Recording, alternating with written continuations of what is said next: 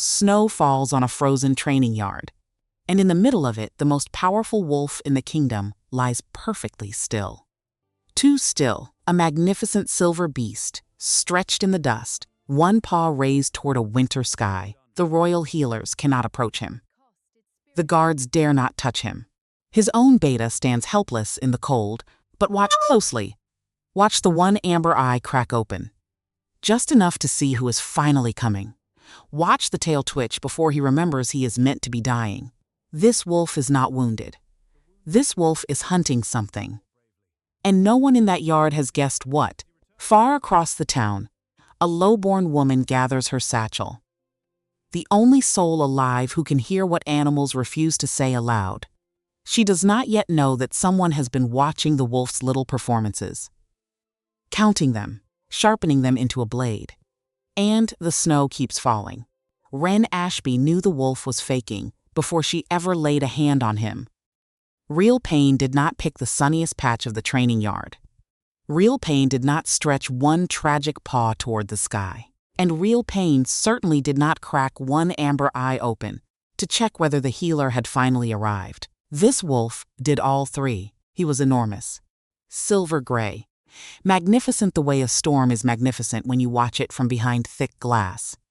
Safe, awed, a little suspicious of the whole performance. Around him stood his audience. Guards, officers, two royal healers who looked personally offended by their own uselessness. And one tired man in a dark coat who had clearly stopped believing in the goodness of the world somewhere around dawn. That man was Tobias Holloway, the king's beta. His face said he had watched the world end several times already, and it was not yet noon. Half an hour earlier, Ren had been somewhere far more reasonable, her little clinic.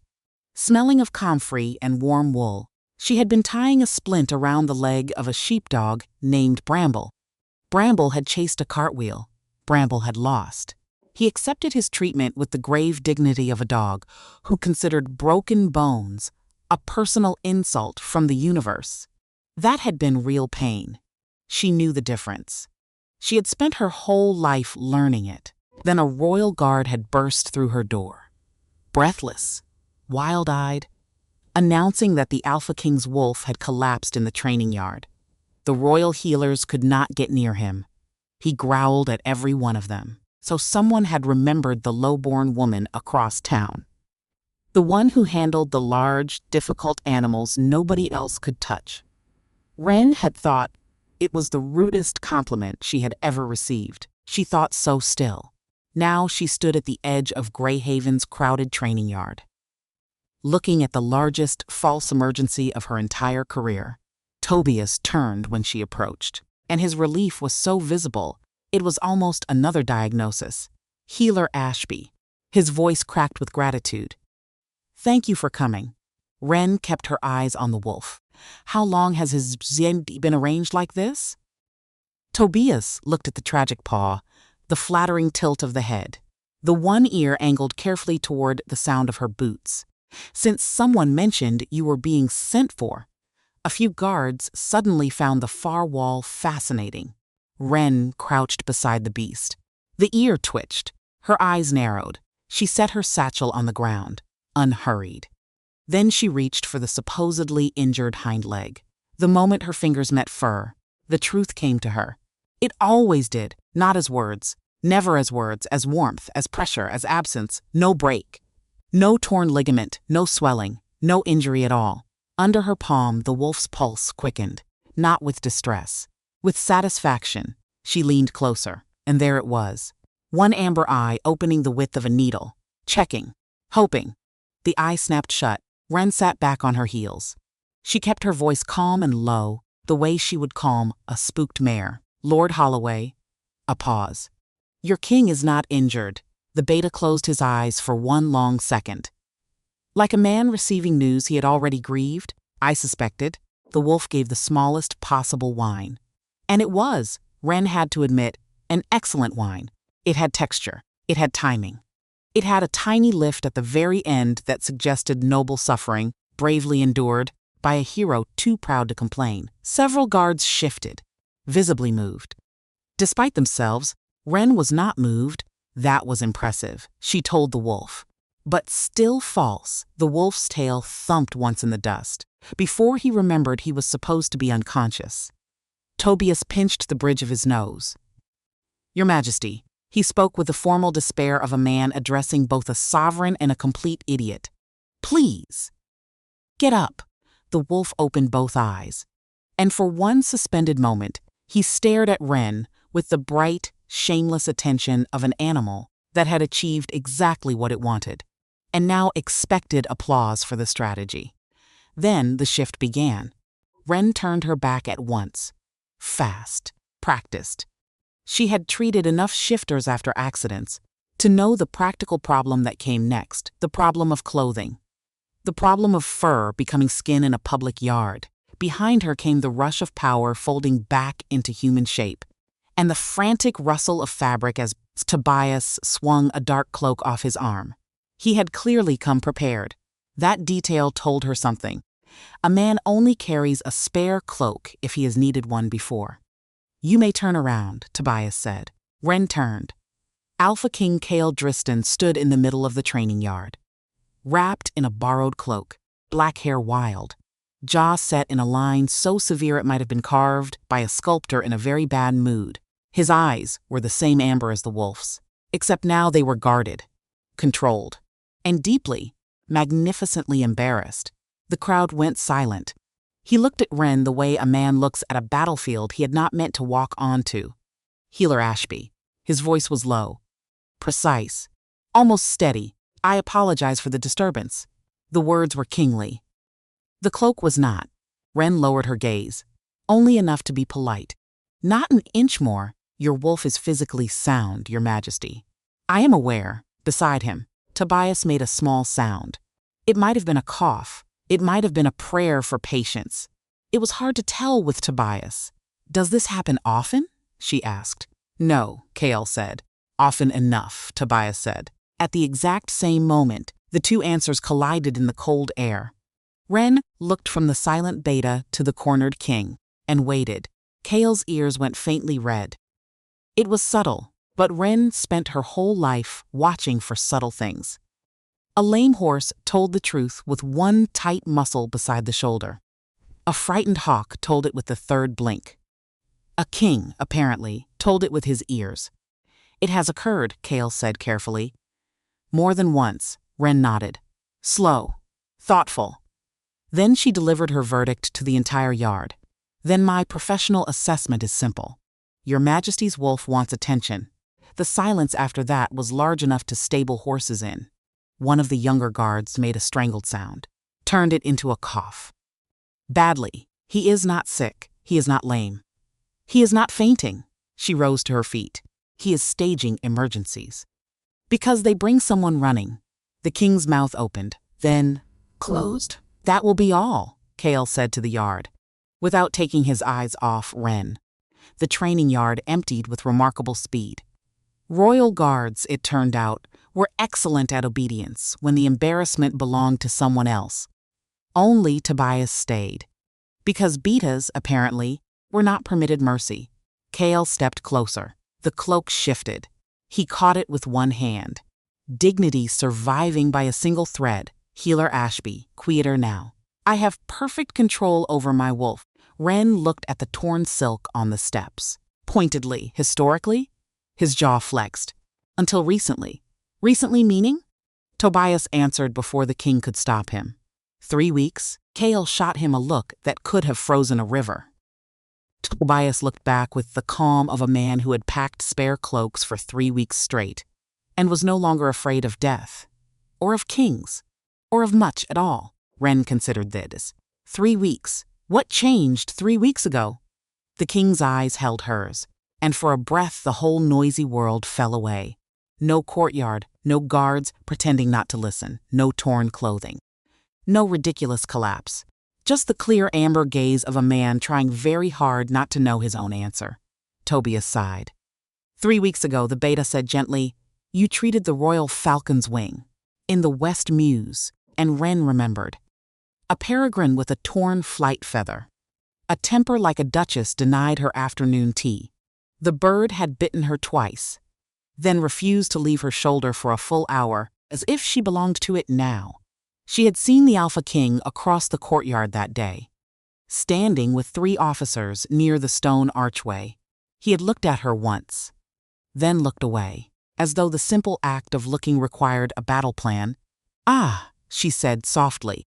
Kale's expression went colder, which, Ren was beginning to understand, meant less in control. "Not more. My wolf noticed you," he said. It was not a confession anyone had prepared him to make, and she heard the roughness underneath it. Not desire, not yet. Something closer to discomfort. The discomfort of a man being seen by a part of himself he had spent years commanding into silence. "Wolves notice many things, Your Majesty. My wolf," he said, "is making a spectacle of it." There was no kind way to lie about that. So Ren simply agreed. "He is. Can you stop it?" And there it was. The question people always asked healers. Stop the limp. Stop the fever. Stop the body from saying out loud the thing the mind found so inconvenient. But sometimes stopping was the wrong goal entirely. "I can examine the pattern," Ren said carefully. "I cannot promise to silence a wolf. I am not asking you to silence him." The answer came too fast. Ren noticed, so did Tobias, and Kale looked, briefly, furious with himself. "Then I will need to see him again," she said. "If the behavior continues." Somewhere inside the king's composed face, his wolf heard the word again and rejoiced. Kale's eyes flashed gold. "For less than a heartbeat, it will not continue," the king said. It continued the next morning. Ren was grinding a poultice for a miller's mare when a shadow filled her doorway. Tobias, holding a folded cloak over one arm, wearing the expression of a man whose faith in every institution he had ever served had been badly, perhaps permanently, damaged. Healer Ashby. She did not look up. "Is he limping again? Coughing?" A pause. "Coughing," she repeated slowly. "In wolf form," Tobias confirmed, loudly. In the armory, Ren set down the pestle. The armory, an unusual place to develop a sudden respiratory ailment, and the royal healer? His Majesty growled at him. Of course he did. The Alpha King's wolf had chosen an excellent stage for his illness. The armory was long, vaulted, lined with racks of polished steel that caught the morning light. Every cough echoed off the stone like a funeral drum. The acoustics were, frankly, theatrical. Ren found him seated between 2 racks of Esamernosliu spears, huge silver head lowered, amber eyes sorrowful, the very portrait of a noble creature facing his final hours with quiet courage. When he saw her, he produced a deep, rattling cough. A cough that would have convinced a room full of anxious grandmothers, and absolutely no one else. "That sounds terrible," she said. The wolf blinked at her in grave agreement. "I should listen to his chest," she told Tobias. Ren knelt. She placed both hands flat against the wolf's ribs. The cough stopped at once. His lungs were clear. His breath was even. His heart was strong. If embarrassingly, traitorously fast, she leaned close to the great silver ear. "You," she whispered, "are a terrible patient." The enormous tail swept once across the stone floor and knocked over a small rack of practice daggers with a tremendous clatter. Everyone in the room jumped. Ren did not. "He's fine," she announced. The wolf began to shift before she could stand. By the time she faced them again, Kale stood in human form, cloak around his shoulders, and one entire dagger rack lying dramatically on its side at his feet. "This," the king said, in a voice of intense control, "is becoming inconvenient." Ren looked at the scattered daggers. For the furniture. Certainly, a weapons master made a choking sound and fled the room, and Kale's mouth twitched. It was gone almost before it arrived, but Ren saw it. A crack in winter ice, the first sign that beneath all that iron discipline lived something else. Not only loneliness, not only strain, but a sense of humor that had been starved for years, and was now startled to find food. She looked at him more carefully then. Really looked. The morning light caught the planes of his face, the dark stubble at his jaw. The shadows pooled beneath his eyes. His body was powerful, His presence filled the long room without any effort at all. But he looked tired. Tired in the particular way animals look tired. After standing too long. With pain they have been trained, since they were small, to hide. Your Majesty, Ren said, I would like to ask you something. Without an audience, Tobias made a small, approving noise and herded everyone out the door. When the armory was empty, Kale drew the cloak tighter, with the grave solemnity another man might bring to the signing of a treaty. Ask, when your wolf shifts without permission, what do you feel first? His expression went still. Ren waited. Waiting was half of healing. Animals, men, kings, they all said more. If you simply refuse to fill the silence for them. Pressure, Kale said at last. Heat under the skin, a pull in the bones, a pause, fear. His eyes sharpened the instant the word left him. No, but she let the lie sit there, right between them, until it grew too heavy to hold. His jaw tightened. Sometimes of what? Kale looked toward the high windows, where the pale winter sky showed through bars of black iron, and after a long silence he admitted it. Quietly. He feared failing to hold his wolf. Why must he be held at all? The king turned back to her, and this time, something dangerous moved in his face. But it was not aimed at her. It belonged to an old memory. Something with teeth, because an alpha king who cannot command his own wolf cannot command a kingdom. Ren had heard that kind of sentence before. Men who did not listen to animals so often confused obedience with health. They thought a quiet body was a healthy one. They were almost always wrong. Who taught you that? Kale's mouth became a hard, flat line. My father. And there it was. The old injury, hiding underneath the new symptom, the real fracture. The one no splint had ever touched. Then your father may have been a very powerful man, she said softly. But he was not a very good healer. Kale stared at her. No one, she suspected, had ever spoken of the late Alpha King that way. Not in his hearing. Not within these walls. Perhaps not anywhere. For a moment he said nothing at all, and in that silence something old surfaced in his face. The way a stone surfaces in a field one hard winter at a time. I was 9, he said. The first time the wolf came, too young, too fast. It frightened me. Ren did not move, did not fill the silence. She had learned, with frightened creatures, that the worst thing you can do is reach too soon. My father did not believe in fear, Kale went on. He believed in control. So he taught me control. The way he taught me everything, his jaw worked. He would hold me at the edge of the shift and not let me cross. For hours. Until my body learned that the wolf meant pain, that wanting to change meant punishment. He called it discipline. He said a king's body must obey a king's will, or the kingdom would smell the weakness and tear it apart. How old were you? Ren asked, quietly, when it stopped. Kale's mouth twisted. It did not stop. He died. There is a difference, and there it was. The whole shape of the wound laid bare. A boy who had been taught that the truest part of himself was an enemy. A boy who had bled to prove he could cage it. A man who had carried that cage so long he had mistaken it for his own bones. Ren thought of a horse she had once treated. A fine animal, ruined by a cruel hand. It had learned that every touch meant the whip, and so it flinched from kindness, the same as it flinched from cruelty, because no one had ever shown it the difference. She had spent 2 years teaching that horse that a hand could mean something other than pain. She looked at the king. She looked at the N, and understood she was about to spend much longer than 2 years. Your father was wrong, she said. Simple. Flat.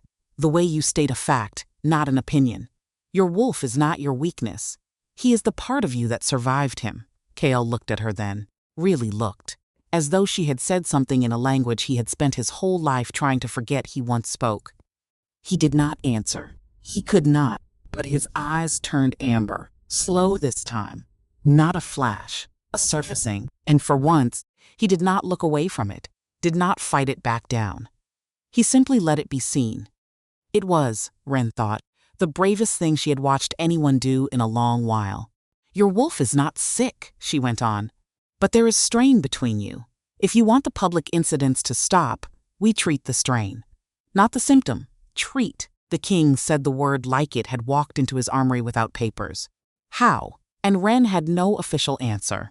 She was an animal healer. She knew tendons, fevers, wing bones, salves, breath, fear, trust. But the moment she looked back at Kale, she knew the shape of the work. Even if she did not yet have a name for it. Morning and evening sessions, she said. Breathing regulation, touch assessment, a liniment for the muscle tension. Observation for the shift response. Kale's eyes narrowed. That sounds invented. Most useful things were invented, Ren said. By someone. At some point, and the king understood her plan at once. She could see it land.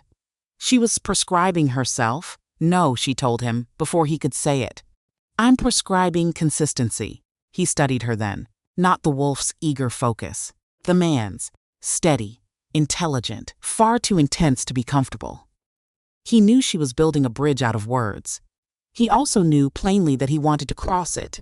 Very well, Kale said. The golden flicker returned to the edge of his eyes. Ren pointed one finger at him. No celebrating by shifting, the flicker vanished. And for the first time, Alpha King Kale drew stands. It was small. It was brief. It made him look years younger. And, to Ren's considerable alarm, much more dangerous to her peace of mind. I will do my best, he said. That afternoon, Tobias delivered a formal notice to her clinic.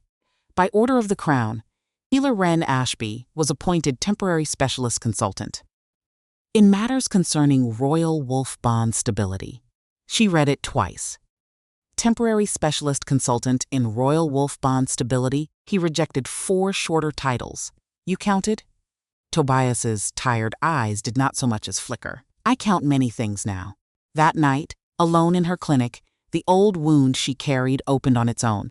It always did, when something good was about to begin. She had learned not to trust good beginnings. They cost more than bad ones.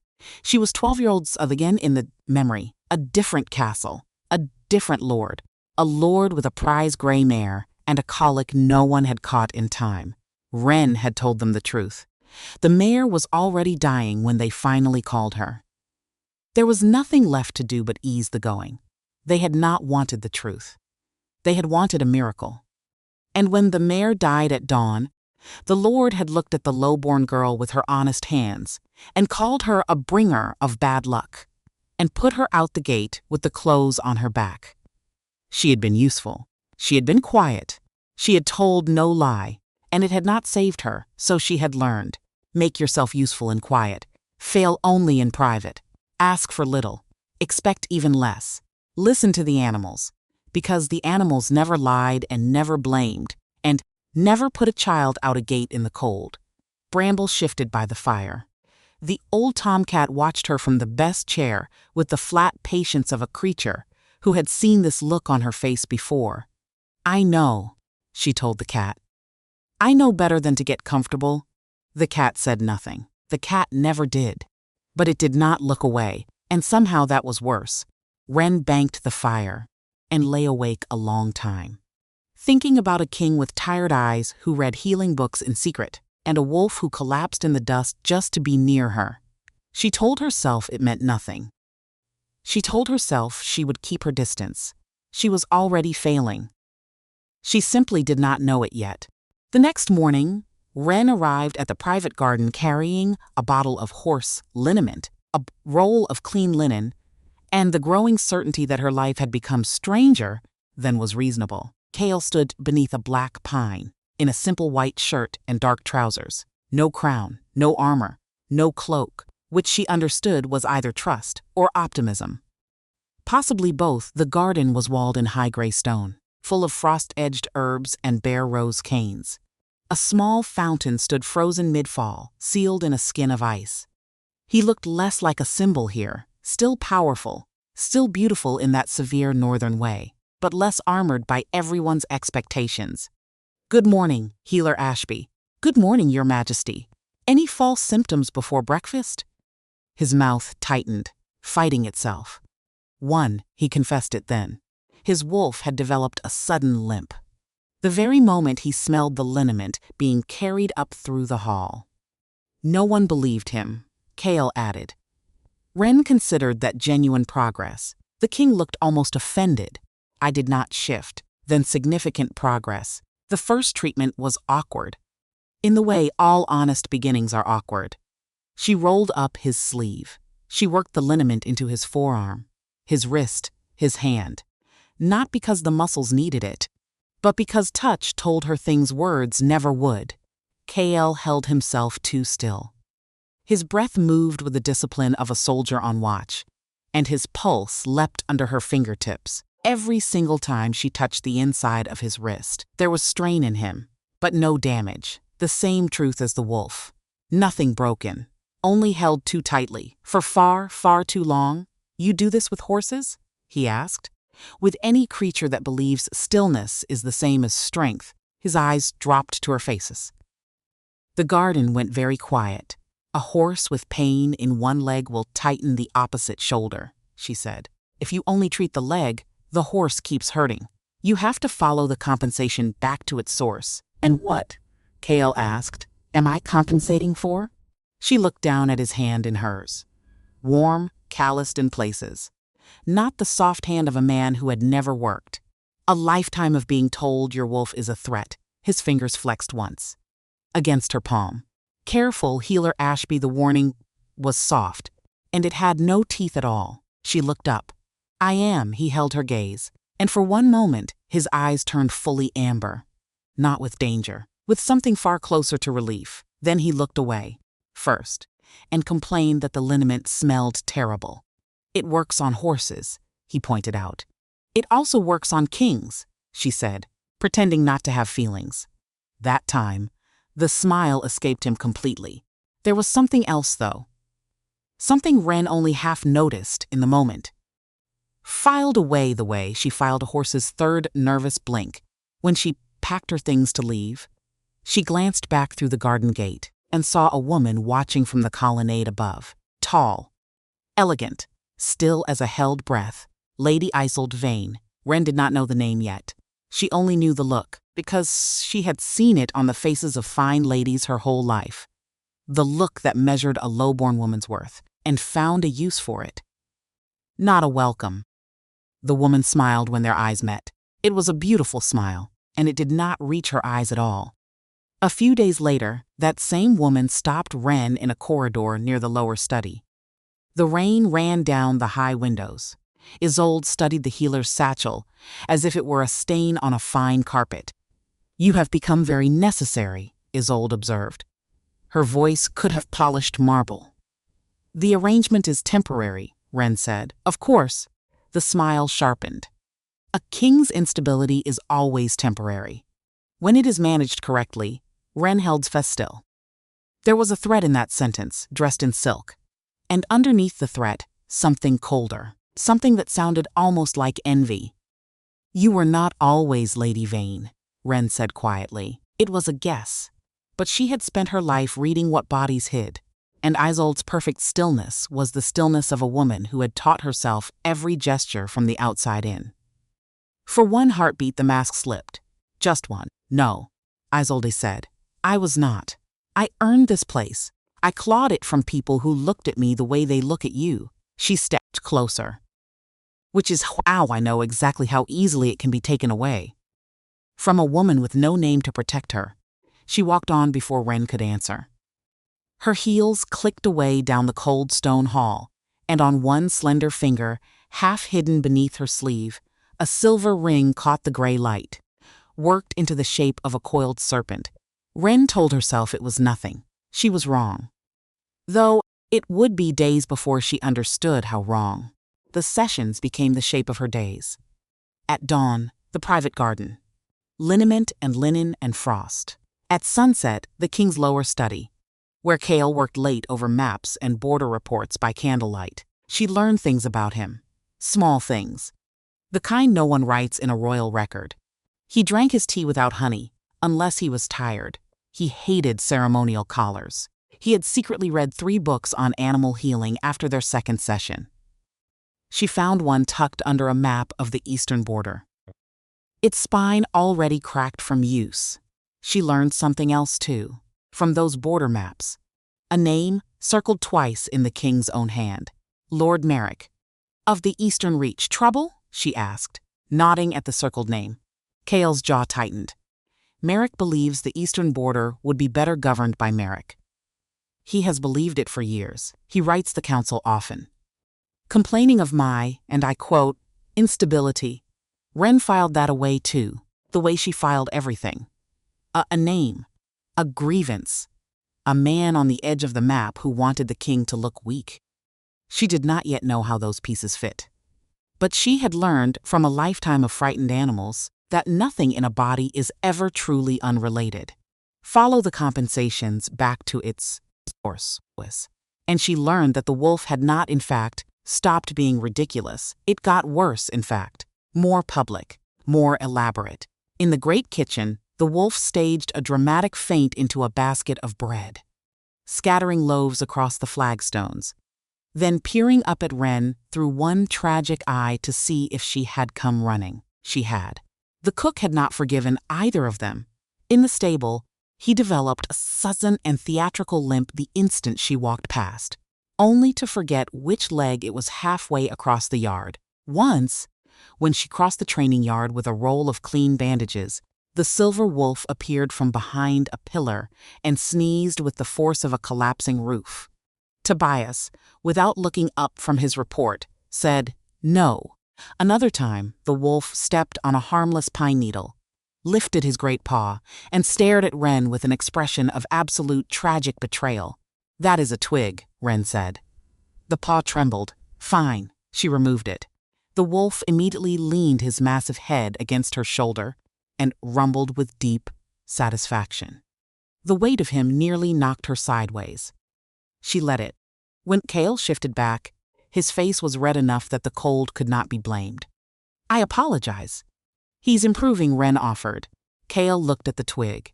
"He is not. He chose a real object this time." But there was a worry under the comedy now, because each performance was bigger than the last. More people watched each time. And a king who collapsed into breadbaskets and faked limps in front of his whole court was, Ren realized, building a story about himself. A story other people could pick up and use. She did not say this to Cale. Not yet. She only watched and worried and kept her hands gentle. There was one morning she did not expect. One morning that turned the whole arrangement on its head. Ren had not slept. A farmer's mare had foaled badly in the night, and she had spent the dark hours with her arms in blood and her heart in her throat. And at the end of it, a living foal stood wet and trembling in the straw. A good night. A hard one. She had walked to the castle garden at dawn without eating, without resting, because the king was expecting her. And she had spent her whole life teaching herself that her own needs came last. She knelt to lay out the liniment. And the world tilted, just slightly, at the edges. The wolf was there before Cale could be. He had been dozing by the frozen fountain. But the moment Ren swayed, his head came up, and he was across the garden in 3 silent strides. Not playing, not performing. No tragic paw, no theatrical whine. He pressed his great shoulder against her side, solid as a wall, holding her up. Then he lowered his nose to her face and breathed her in. Long, careful, the way she breathed in a sick animal to read what its body was hiding. "I'm fine," Ren said. The wolf made a low sound. Not agreement. The opposite, because he was reading her now. The way she had read him for weeks. The exhaustion in her breath. The empty stomach. The pulse running thin and fast. And he did not like a single thing he found. He took the hem of her sleeve in his teeth. Gently, and he tugged. Toward the stone bench. Toward rest. "I have work," Ren protested. The wolf sat down on her satchel, all 400 pounds of him, on her bag of liniment and linen, and looked at her with an expression that said, with perfect clarity, "The work can wait." And Ren, who had spent 40 years being the one who noticed everyone else, who had eased 1,000 creatures through pain, and never once let a soul ease her, sat down on the cold stone bench, because a wolf had told her to, because a wolf had looked at her tired body and decided, without being asked, that it mattered. Her eyes stung. She told herself it was the cold. The wolf rested his enormous head in her lap and kept watch, and would not let her up until a kitchen boy had been sent, growled into motion, for bread and hot tea. When Kale shifted back, he found her wrapped in his own discarded cloak, a cup warming her hands, the wolf's warmth still ghosting across her knees. "He wouldn't let me work," she said. "No," Kale agreed. He did not look embarrassed this time. He looked, if anything, a little proud. "He noticed you were not well." "Before I did." A pause as he notices you. "More than I have words for." Ren looked down into her tea, because there was no professional thing to say to that. And no safe thing either. No one had taken care of her in a very long time. She had almost forgotten what it felt like to be the patient, to be the one who was noticed. She did not say any of that. But she finished the bread, and she let herself rest. And the wolf, satisfied at last, thumped his tail once against the frozen ground. And the castle noticed all of it. Of course it did. Castles always notice. Servants carried gossip faster than any official messenger. Guards developed sudden, urgent reasons to pass the west garden at dawn. The kitchen began sending better tea to her clinic unasked. The stable boys started asking whether the king's wolf had any appointments that week, and then running off, laughing, before she could answer. It was, Ren thought, the warmest she had felt in a very long time. The whole castle had decided to like her, to make room for her, to leave bread on her step and gossip in her wake. She should have known better, because warmth, in a place like Greyhaven, was never free. Someone was always watching to see who you loved, and how that love might be used. She caught the cold of it only twice. Once, in Isolde's eyes across a crowded hall, and once, in a thing she did not even register at the time.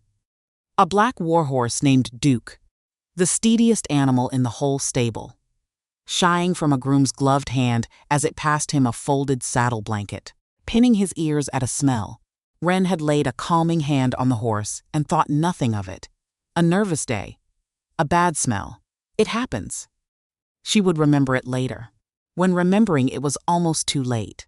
The next morning broke gray and bitter cold. Ren had barely lit her clinic fire when Tobias appeared in the doorway again, and one look at his face told her everything. This was not a false alarm. He held no spare cloak this time. His hands were empty, and empty hands, from Tobias Holloway, were somehow worse than any cough or limp. "Healer Ashby," he said. Ren straightened slowly. "What is it?" "His wolf." Tobias paused, choosing his words like a man crossing thin ice. "He's in the armory again, coughing?" "No." The beta's tired eyes met hers, afraid, and something cold moved down Ren's spine. Colder than the morning, because in all those weeks of ridiculous, shameless attention-seeking theater, the Alpha King's wolf had pretended a great many things. He had faked limps, faked faints, faked coughs and tragic twigs and noble, dying sighs. But he had never once, not in all that time, been afraid. Ren reached for her satchel. "Show me." The armory had changed. Ren felt it before she saw it. The morning the wolf faked his cough, this place had been a stage, polished steel, theatrical echoes, a creature performing his own funeral for an audience. Now it was a trap. The silver wolf stood pressed into the far corner, between two racks of ceremonial spears, hackles raised in a stiff ridge down his spine. Amber eyes fixed on something across the room, not on her. For once, not on her at all. He was looking at a blanket, a heavy training blanket, thick black wool, embroidered with the thorn crest of the crown. It lay folded in the arms of a frightened young groom, and the king's wolf would not go near it. "Set that down," Ren said. The groom looked at Tobias. Tobias looked at the wolf. Then back at her. "Set it down," she repeated. The blanket touched the floor. The wolf growled. Every guard in the room went rigid. Ren lifted one hand, palm low, the way she would calm a panicked horse pinned in its stall. The wolf's eyes flicked to her. His growl did not stop, but it changed. It became warning instead of threat. She crouched near the folded wool. Careful not to touch it, not yet. and then she smelled it. Faint. Beneath the clean soap and the wool. Something bitter. Sharp as struck metal, crushed evergreen, underneath. A smell that made the skin between her shoulder blades pull tight. Ren knew herbs. She had known them her whole life. This was not a stable smell. Has this been washed recently? The groom nodded fast. Yesterday, healer, with the usual soap. I swear it. She took a clean cloth from her satchel, used it to lift one corner of the blanket, and the smell sharpened. Behind her, the wolf snarled. Not at him, she murmured. Easy. Not at you. Tobias stepped closer. His voice was very low. What is it? I don't know yet. She let the corner fall. But he knew, before any of us. He knew enough to stay away. And that was the part that frightened her. Because in all those weeks of nonsense, the wolf had never once told a truth she could not laugh at. Now he had. That afternoon, 2 more things went wrong. A leather training strap from the armory wall. A dark cloak fresh from the laundry. Each one carried the same faint, bitter scent. Each one made the wolf restless, then angry, then desperate. Desperate to put his own body between Kale and the thing in the room. Ren laid all 3 out on her clinic table by evening, each isolated on its own square of clean linen. Like specimens, like evidence, Kale sat across from her, sleeves rolled back. Fury held so tightly inside his body that she could almost see the seams of it straining. Poison? Tobias asked. Not exactly. Ren chose her words with care. I don't think it was meant to kill him. Then what? It agitates the shift, she said. It irritates the bond between the man and the wolf. The more he touches it, the harder it becomes to stay whole. Tobias went very still. And Kale's voice came out quiet, controlled. The most dangerous tone she had heard from him yet. Someone has been making it look as if I cannot control my wolf. Yes, the word took every degree of warmth from the room, and the full, terrible shape of it landed on Ren all at once. Because for weeks, everyone had laughed. She had laughed too, carefully, kindly, because the wolf's theater had been genuinely funny. But underneath the laughter, someone had been watching. Someone had counted the fake collapses and the tragic twigs and the funeral coughs. Someone had done the math no one else thought to do. The kingdom believed the Alpha King's wolf was unstable. They believed it because the wolf, in love and showing off, had taught them to. And now someone meant to use that belief like a blade. Kale stood. His eyes flashed gold. Then human. Then gold again. The very thing the poison was built to do. His body fighting itself in front of her. Ren moved before Tobias did. She crossed the room, and she placed both hands flat against the sides of the king's face. He went completely still, not because she commanded him. She had no power to command a king. He went still because he trusted the touch. Breathe, she said. His hands came up, slow, and closed around her wrists. Not to pull her away, to hold on. His pulse hammered under her fingers. His breath shuddered out of him, and then beneath her palms, she felt the gold begin to recede. The man rising back over the wolf. Not by force, by trust. Someone in this castle, he said, very low, got close enough to touch my clothing, my gear, my wolf. Ren did not soften it. A clean wound healed better than a hidden one. Yes. His breath caught. Ren. It was the first time he had used her name. Without the title. Just her name, in his low voice, in the dark, her own breath snagged in her chest. But she kept her palms steady against his jaw. Your wolf noticed before any of us, she said. That's why he avoided the blanket. This is not you losing control, Kale. This is him, protecting you. And something in his face broke open. Just for a second. Grief and relief, tangled together so tight she could not tell where one ended. Because she understood how deep the old wound went. He had spent his whole life believing his wolf was the dangerous part of him. The part that had to be beaten down. And the whole time, the wolf had only ever been trying to keep him alive. From the doorway, Tobias spoke, very quietly. The council meets in 3 days. Kale opened his eyes. The gold was still there, but it was steady now, his. Then we treat the strain. And we find the hand behind this. He turned to her. And what he asked next, he asked like a man stepping off a cliff. "Help me hold him, through the council. That's all I ask." Ren should have said yes. She wanted to say yes. So why did the words stick in her throat like a stone? Before she could find out, the trap closed. The king had called a public address. Not the private council chamber. The great hall, open doors, a chance to stand before his people and show them a sovereign in command of himself. The poisoner had learned, adapted, moved the compound off the cloth where a nose might find it, and onto the brass clasp of a ceremonial collar, where no one would think to look. Ren found out too late. She was crossing to the hall when she saw Lady Isolde leaving the king's chambers, smiling. Adjusting her sleeve, "I only wished him well," Isolde said, and straightened his collar. A king should look his best before his people. The words were nothing.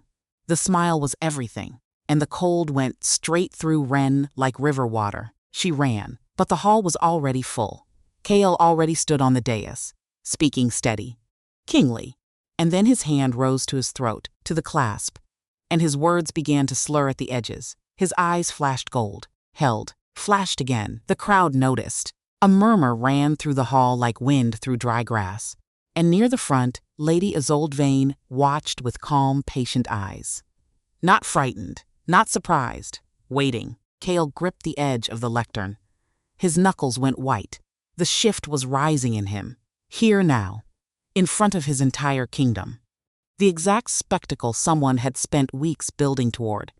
If he changed here, he was finished. Not hurt. Finished. A king who lost his wolf before his people would never command them again. Ren did not think. She moved.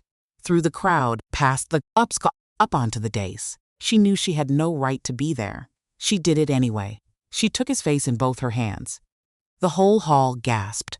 A low-born animal healer, laying hands on the Alpha King, in front of the crown and the council and say Lil in Greyhaven. She did not care, Kale. His eyes were almost entirely gold now. The man nearly gone. Kale, look at me. His breath came ragged. His hands closed around her wrists. Hard enough to bruise. She let him. Follow my voice. Low, steady. The voice she used on a horse in a burning barn. You are not the threat in this room. You never were. Breathe with me. In and out, the gold flickered. Held, your wolf is not your enemy, she whispered. Only for him. He is the only one here who has never lied to you. And the king breathed. Once. Twice. Ragged, then deeper. And slowly, impossibly, the gold drained from his eyes. The man rose back. In front of everyone. Held together by nothing but a frightened woman's hands. And a trust no poison could reach. The hall was silent. Kale straightened, pale, shaken, but human. Whole, king, and Ren, suddenly aware of where she was, lowered her hands and stepped back. But the damage was already done, not to Kale, to her. The council moved fast. Faster than she imagined they could. By that evening, they had reframed the entire thing. She had seen it before. In smaller halls, with smaller men. The way the powerful took a true thing and bent it. Until it pointed wherever they needed it to point. The king had nearly shifted in public. That was the fact. Undeniable. Witnessed by hundreds. And who had been beside him for weeks. Who had her hands on his face when it happened. Who had come from nowhere, low-born, unvouched, and made herself necessary to the crown. The animal healer. Elder Garrick rose in the chamber that night. Silver-bearded, narrow-eyed, voice like a cold pin sliding into cloth. No one doubts His Majesty's strength, he said. Which was exactly how men said the opposite. But these episodes began when the healer arrived. The crown must ask whether her methods have worsened, the very condition she claims to treat. Lady Isolde sat 2 chairs down. Hands folded, a picture of reluctant concern. Such influence over a king, she murmured. It does raise questions. And Ren stood at the lower end of that long, cold chamber and felt the whole weight of her life settle back onto her shoulders. She knew this feeling, the gate in the cold, the Lord's contempt. The low-born girl put out with the clothes on her back. For weeks she had let herself forget. She had let herself feel welcome, wanted, warm, And now the bill had come due. Kale rose to defend her. She saw it the instant before he opened his mouth. The fury, the protectiveness. The king ready to spend every ounce of his authority to shield her. And she understood, in a cold and certain flash, that it would destroy him. A king who burned his counsel to protect a lowborn healer would prove every word they had just spoken. He cannot govern himself. He is ruled by his wolf. He is ruled by her. If he fought for her here, he lost the kingdom. So Ren spoke first. He's right. The chamber went still. Kale's head turned, slow, disbelieving. Ren, Elder Garrick is right. Her voice did not shake. She made sure of that. My presence has coincided with the worst of it. Until the cause is understood, I should not be near the king. That is not. I withdraw from the post. She looked only at the council, never at Kale. Because if she looked at Kale, she would not be able to finish. Effective tonight. Garrick smiled, thin, satisfied. A man watching a board clear exactly as he had planned. And Kale said her name one more time. Low, wrecked. A sound she would hear in her sleep for nights to come. Ren. She did not turn around. Because she knew, if she saw his face, she would stay. And staying would ruin him. So she gathered her satchel. And she walked out of the cold stone chamber, past the carved wolves with their blind stone eyes, out into the bitter dark. And she did not let herself cry until the castle was well behind her. The clinic was very quiet after that. The kitchen stopped sending tea. The stable boys stopped laughing at her door. The warmth, it turned out, had only ever been on loan, and now someone had called it back. Bramble the sheepdog slept by the fire, his splinted leg stretched out like a wounded soldier. The old tomcat watched her from the best chair with the flat judgment of a creature who had seen women make foolish choices before. Ren told herself she had done the right thing. She had. She knew she had. So why did right feel so much like a wound? She tried to work. A farmer's ewe with a torn ear. A blacksmith's mare gone lame. Honest animals with honest hurts. The work that had always been enough. That had always before been a kind of home. It was not enough now. And she hated that it was not. What she did not know was that the king came too. Not inside. He never came inside. But twice, in those gray days, Tobias would let slip later. The Alpha King stood in the lane outside her clinic in the dark. Long after the town had gone to sleep. Just looking at the light under her door. And not knocking. Because she had asked, in the only way she could, to be let go. And he loved her enough to do the one thing he wanted least. To honor it, he went back to the cold castle alone both nights, and said nothing, and got worse. 3 days passed like that. On the 4th, Tobias came. He stood in her doorway with no cloak and no royal notice, and no tired patience left in his face. Only worry, raw and plain. He's getting worse, the beta said. Ren did not look up from the salve she was grinding. He has a royal healer. He has 6. They growl at all of them. A pause. He won't eat. The wolf paces the west tower all night. And yesterday, Tobias's voice dropped. Yesterday he nearly shifted signing a grain order. Garrick has called a full council, 2 days from now, to strip the king's emergency authority. They mean to put a regent over him, Ren. A regent of their choosing. Ren's hands went still on the pestle. A regent of their choosing. She thought of Garrick's thin, satisfied smile. Of Isolde's calm, patient eyes in the great hall. Of a woman who was not surprised when a king began to fall apart in public. Not surprised. Because she had known it was coming. And slowly, like a key turning in a lock she had not known was there, the pieces began to move. Tobias. The day in the great hall, before the address. Who was near him? Who dressed him? The beta frowned. His chambers, as always. Servants. A guard. And he stopped. Lady Isolde. She straightened his collar. His collar. The clasp. And all at once, Ren was on her feet, the pestle forgotten. Her heart pounding for the first time in 4 gray days. Because she remembered something else now. Something she had filed away and never understood. The black gelding. Duke. The steadiest horse in that whole stable. Shying from a groom's gloved hand. Pinning his ears at a smell. days before the first poisoned blanket, the same bitter, metal, evergreen smell. She had carried the answer in her own memory the entire time, and never once thought to ask the horse. Tobias? She was already reaching for her cloak. I need to see that horse. Tonight, the beta blinked. Duke, Ren, the king is. The king has been telling the truth this whole time. She pulled the cloak around her shoulders. Her hands no longer shook. His wolf knew. The horse knew. Every animal in that castle has been screaming the answer for weeks, and no one was listening. Outside, the first snow of the season had begun to fall. Soft, silent, covering the road back to Greyhaven in clean white. Ren Ashby stepped out into it. She was done withdrawing. The stable was dark when Ren arrived. Snow on her shoulders, lantern in her hand, and a certainty in her chest that had not been there 4 gray days before. Duke knew her at once. The black gelding swung his great head over the stall door and pressed his nose into her palm. Steady, trusting. The steadiest animal in all of Greyhaven, and the one no one had thought to ask a single question. Hello, old friend, she whispered. I'm sorry it took me so long. She laid her hand against his neck, and she did what she had always done. She listened. The images came.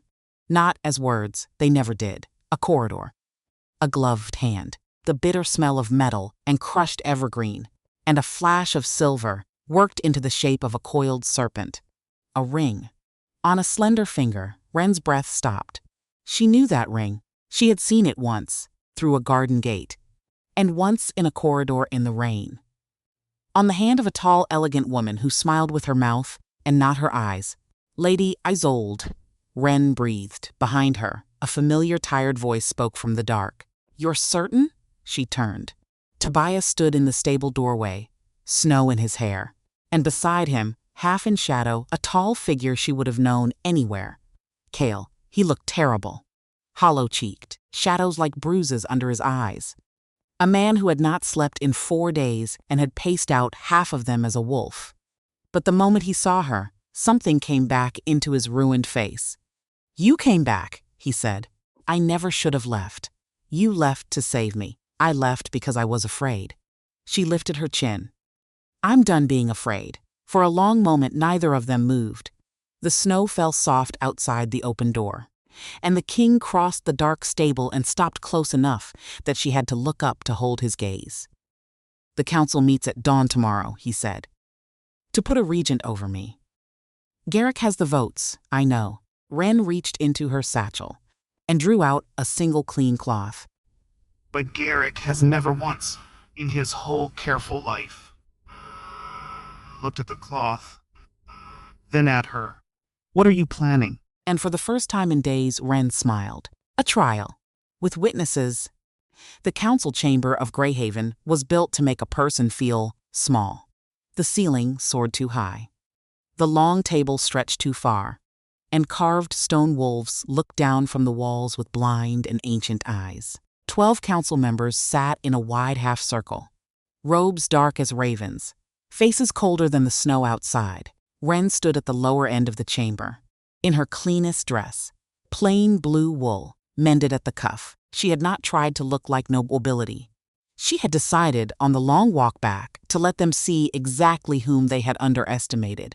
Kale sat at the head, crowned in black iron, face unreadable, and Elder Garrick rose first. As she had known he would, Your Majesty. We gather out of concern for the crown. No one doubts your strength. But these incidents began when the healer entered your service, and the councils must ask whether her presence is the cause of your decline. Lady Isolde sat 2 chairs to his right, hands folded, a silver ring half hidden beneath her sleeve. Ren saw it and said nothing. Not yet, Your Majesty, Ren said instead. May I answer? Kale's eyes found hers. He understood the question underneath it. She had asked him, weeks ago, to trust her to speak for herself. You may, the king said. Ren stepped forward. The council is correct. His Majesty's wolf has shifted without command, a murmur. Garrick's brow lifted. The council is wrong about the cause. She lifted her satchel onto the table and drew out 3 sealed bundles of cloth. His Majesty's wolf began refusing certain objects: a training blanket, a leather strap, a cloak. Each one carried the same compound. It does not kill. It does worse. It poisons the bond between a man and his wolf. It makes a strong king look like a breaking one. A convenient claim, Garrick said. From a woman defending her own post. Yes, Ren said, which is why I did not come to make a claim. I came to bring witnesses. The doors opened. Tobias brought them in one by one. First, the stable master, leading the black warhorse Duke, who entered with offended dignity and fixed one dark eye directly on Elder Garrick. Then Pakek, an old scarred hunting hound, gray at the muzzle, with a nose that could track a snow hare across bare stone. And last, the Alpha King's wolf. Kale had shifted outside the chamber. By choice. Not in panic, not in weakness. He walked in on 4 silver legs. Enormous, silent, padding beside Tobias with his head high. And no one laughed. No one thought of fake limps now, or theatrical coughs, or tragic twigs. The wolf who entered that cold stone chamber was not a joke. He was not a symptom. He was not a weakness to be managed. He crossed the floor. And he sat down beside Ren. Not in front of her, not behind her, beside her. The message moved through the chamber without a single word. And 12 council members understood it all at once. Ren opened the first bundle. The bitter smell rose. Faint, sharp. Duke's nostrils flared. He stamped one great hoof. Pike gave a single sharp bark and backed away. And the silver wolf's lip lifted from his teeth in a low warning. Ren closed the bundle. All 3 reject the compound. His Majesty's wolf reacts first. Because the attack was built for him. Animals can be trained, said Lady Morwen. A thin council member with a thinner mouth. Yes, Ren said, badly. Usually, she opened the second bundle and set the leather strap on the floor. Duke's nostrils flared wide. The big horse stepped sideways, then forward, dragging the stable master 2 unwilling paces toward the council table, toward one chair in particular. Duke, Ren said softly. The warhorse stopped. She crossed to him, laid her hand on his neck, and she listened. In front of them all, the corridor, the gloved hand, the serpent ring. Ren turned, and she looked, for the first time, directly at Lady Isolde Vane. Your ring touched the strap. The chamber went silent.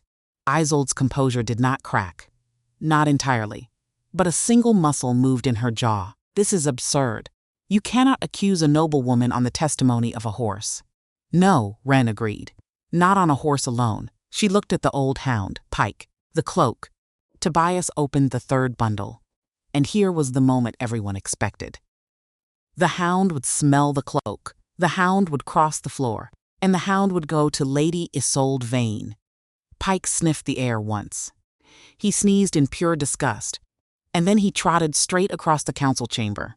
He did not go to Isolde. He went to Elder Garrick. And he sat at the old man's feet. And he barked. Garrick jerked back in his chair. This is madness. A dog. The silver wolf rose to his feet. No one breathed. And Ren understood, in that single suspended moment, the full shape of what she had uncovered. 2 hands. Not one. Lady Isolde planted the compound, she said. Her voice carried clean to every corner of the high cold room. Her ring touched the strap. The horse remembers her hand. But she did not act alone. She looked at Garrick. You handled the cloak yourself. Pike can still smell it on your cuffs. One of you planted. And one of you directed. You have no proof beyond a beast's nose, Garrick snapped. The wolf growled. It shook dust from the carved stone ceiling, and Ren lifted one hand. The wolf fell silent at once. That silence did more than any growl could have. Every soul in that chamber saw it. A creature the council had called uncontrollable. Stopping, instantly, at a lowborn woman's raised hand. What Garrick had called a king's weakness looked, in that frozen moment, like the deepest trust any of them had ever witnessed. Then Tobias stepped forward, and he held up a folded paper. The Royal Guard searched Elder Garrick's chambers this morning. By the king's order, we found dried thornbane, powdered silverleaf, and letters. Correspondence with Lord Merrick of the Eastern Border.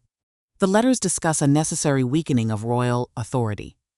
Before a council motion, Garrick's face went the color of old ash, and Ren understood the last piece.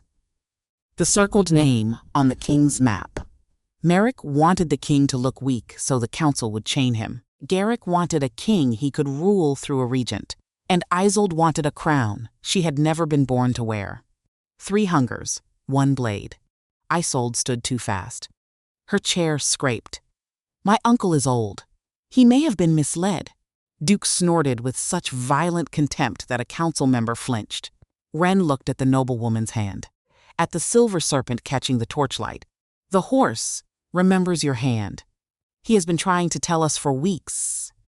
We simply weren't listening. For one moment, Lady Isolde Vane looked at the warhorse as though she might argue with him. Duke bared his teeth. She reconsidered, and then the chamber erupted. Garrick denied, then blamed, then demanded procedure. Isolde tried to sit and found Pike still staring at her, with the flat moral certainty of an old hound who had met better liars than her, and been unimpressed by all of them. Tobias gave 2 guards a single look. They moved with quiet, terrible efficiency. Through all of it, Ren stood with the silver wolf beside her, one hand resting lightly on his great shoulder. But before the guards reached her, Lady Isolde Vane stopped and turned and looked at Ren one last time, not with hatred, with something stranger, something almost like recognition. You and I, Isolde said quietly, began in the same cold.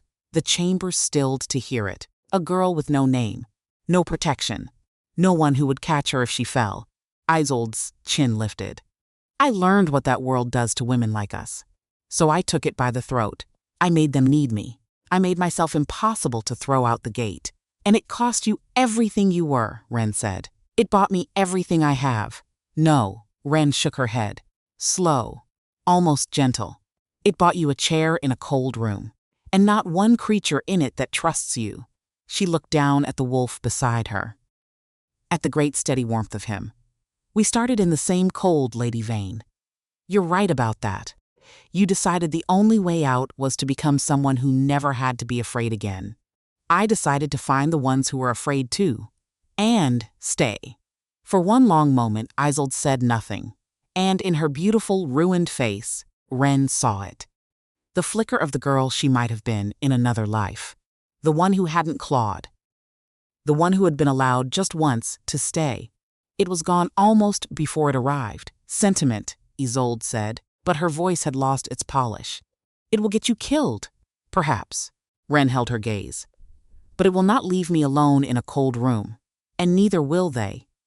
She did not gesture at the wolf, at Kale, at Tobias, at the old hound. She did not have to. The whole chamber understood. Isolde Vane was the first to look away.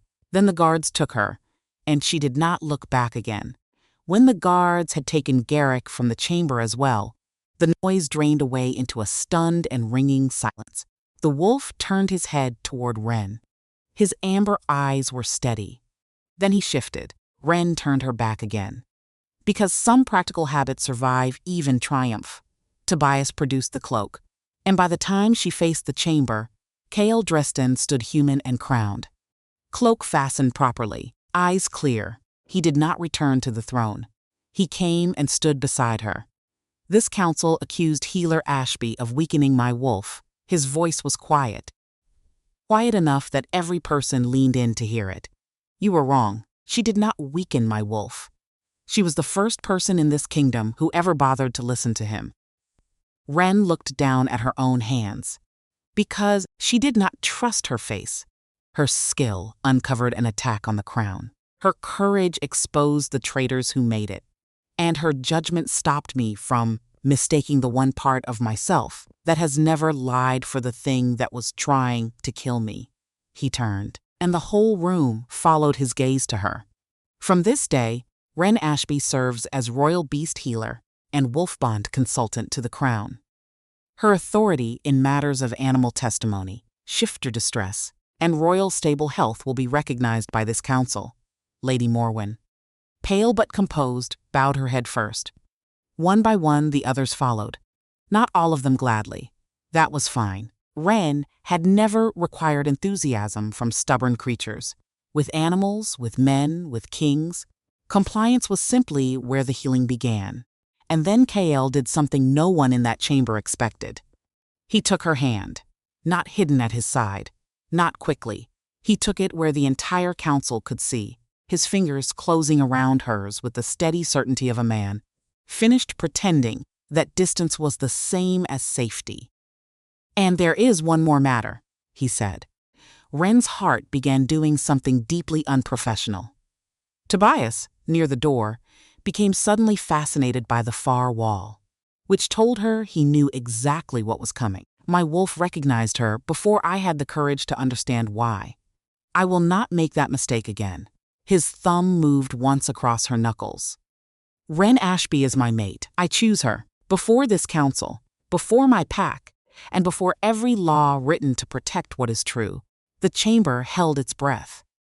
And Ren, who could have said 100 sensible things about timing and public declarations, looked at the king who had collapsed in the dust of a training yard just to get her attention, and said the first true thing that came to her.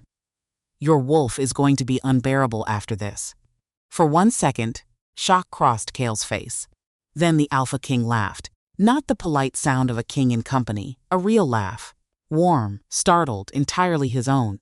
Several council members looked as though they had witnessed weather indoors. "Yes," he said, still holding her hand. "He already is." The whole pack knew by sunset. News moved through Greyhaven in the usual order: guards first, kitchens second, stables third, then everyone else, claiming they had known all along. By nightfall, Ren's clinic was full of flowers and bread and 1 basket of winter apples sent by the stable master on Duke's behalf. The days that followed were not simple, but they were honest. Garrick's letters unspooled the whole knot of border nobles who had hoped to make Kael look unstable enough to chain. Lord Merrick fled east and was caught before the week was out. Isolde claimed innocence to the very end. Pike had opinions about that. And Pike's opinions, it turned out, now carried surprising political weight. And Kael began to shift more freely, not by accident, not in panic, but because he wanted to. The first time he changed in front of the West Guard without tearing a single piece of clothing, Tobias stood silent for a full minute. Then said, "I may weep," and the wolf. The wolf did not stop being ridiculous. He had simply stopped being afraid. One evening, a week after the trial, Ren returned to her clinic just as the snow began to fall again. The town had gone quiet under the first white dusting. Her hearth was lit. Bramble slept near the fire, his splinted leg extended like a wounded hero. The old tomcat occupied the best chair and regarded her as staff. She had barely hung her cloak when something heavy scratched at the door. Not knocked. Scratched. Ren closed her eyes. "No," she said to the empty room. The scratch came again, followed by a low, tragic, utterly shameless whine. Bramble lifted his head, decided this was above his rank, and went back to sleep. Ren opened the door. The Alpha King's silver wolf sat on her doorstep in the falling snow, one enormous front paw raised, amber eyes wide, ears tilted back in an expression of noble, devastating suffering. Snow gathered on his great head, which only made him look more dramatic. She leaned against the doorframe. "Your paw is fine." The wolf held it higher. "I examined you this morning." The paw trembled. "You chased 3 guards across the North Ridge 2 hours ago." The wolf made a soft, broken, heartbroken sound. Ren looked past him to where Tobias stood at the garden gate, holding a bundle of clothing, wearing the resigned face of a man who had finally accepted the shape of his entire life. He insisted. The beta called through the snow. "He's a king," Ren called back. "That," said Tobias, "has not helped." Ren looked back down at the wolf. Snowflakes melted on his nose. "Inside," she said. The wolf recovered instantly. He crossed the room, inspected Bramble with polite interest, ignored the tomcat's hiss with royal dignity, and collapsed in front of the fire. His supposedly injured paw extended toward her. Ren knelt beside him. "This is a relapse." The tail thumped once. "A serious one?" Another thump. She took the paw in both hands. Massive, warm, entirely, perfectly healthy. Terrible, she said. I may have to scratch behind your ears. The wolf's eyes closed in instant agreement. She scratched behind one ear, then the other, and the purr began, deep in his chest. Not quite a wolf sound, not quite a man sound, something between contentment and surrender. After a while, the shift moved through him, slow, controlled. When she looked back, KL sat on the floor before her hearth, simple dark shirt, hair loose. He looked absurdly comfortable for a king on a healer's rug. I may still require treatment, he said. This condition appears to be permanent, manageable. She studied him in the firelight. No crown, no counsel, no cloak emergency, just Kale. With regular care, she said, the old tomcat, having decided the kings were warm and therefore useful, leapt down from the chair and walked directly into Kale's lap. Kale froze. Ren raised an eyebrow. He rarely approves of anyone. The cat circled twice, kneaded the king's thigh with unnecessary force, and settled. The cat began to purr. Ren smiled. You passed. For a long while, neither of them spoke. They had done enough defending, enough proving. For one lifetime, let alone one day, Ren, Kale said at last. When I was young, I thought home was the place where no one could see you fail. She understood that too well. The gate in the cold, the clothes on her back. The girl who learned to ask for little and expect even less. And now? She asked. He looked down at their joined hands. Now, I think it may be the place where you are seen clearly and still allowed to stay. Ren leaned her shoulder against his. That, she said softly, is a much better definition. He turned his head and pressed a kiss to her hair. Gentle, brief, a promise. Not a performance. She had spent her whole life listening to animals. Because animals told the truth with their bodies, when no one else would. She had never once expected to find a king who needed the very listening. The fear beneath all his control, the loyalty beneath his wolf's ridiculous theater, the home waiting beneath all that cold gray stone. At the door, Tobias's voice called through the wood. Your Majesty, I regret to interrupt whatever medical emergencies is in progress. But the West Tower reports have arrived. Kale closed his eyes. Ren smiled. Tell him the patient is stable. A pause from the snowy dark outside. That, said Tobias, is the first good news I have had in a month. Kale rose. Reluctant. At the door he turned back. And for one moment Ren saw both of him at once. The king who would return to maps and borders and the hard, slow work of ruling. The wolf who would absolutely fake another paw injury by Thursday. And the man who no longer seemed ashamed of either half. Same time tomorrow? He asked. Ren folded her arms. For treatment? His mouth curved. For whatever this condition requires. She looked at the man on her doorstep. The snow on his shoulders. The castle rising beyond him. The warm little clinic at her back. Same time tomorrow, she said. And Kale's eyes flashed gold. Not from any loss of control, but from a joy so completely shared between the man and the wolf that there was no longer any reason to keep them apart. Then, he and Tobias disappeared up the snow-covered road toward Greyhaven. The old tomcat opened one eye. Ren looked at him. Don't start. The cat yawned, stretched, and settled into the chair the king had warmed, which was answer enough. Ren laughed quietly under her breath and closed the door. The clinic returned to its quiet. Brambles slept, the fire burned low and steady, and beneath the council seals and the royal titles and the long cold corridors of power, the truth of it was very simple. She had listened. He had stayed. And for the first time in her whole careful life, home no longer felt like a place she kept for wounded creatures passing through. It felt like something that had chosen, at long last, to stay with her, too.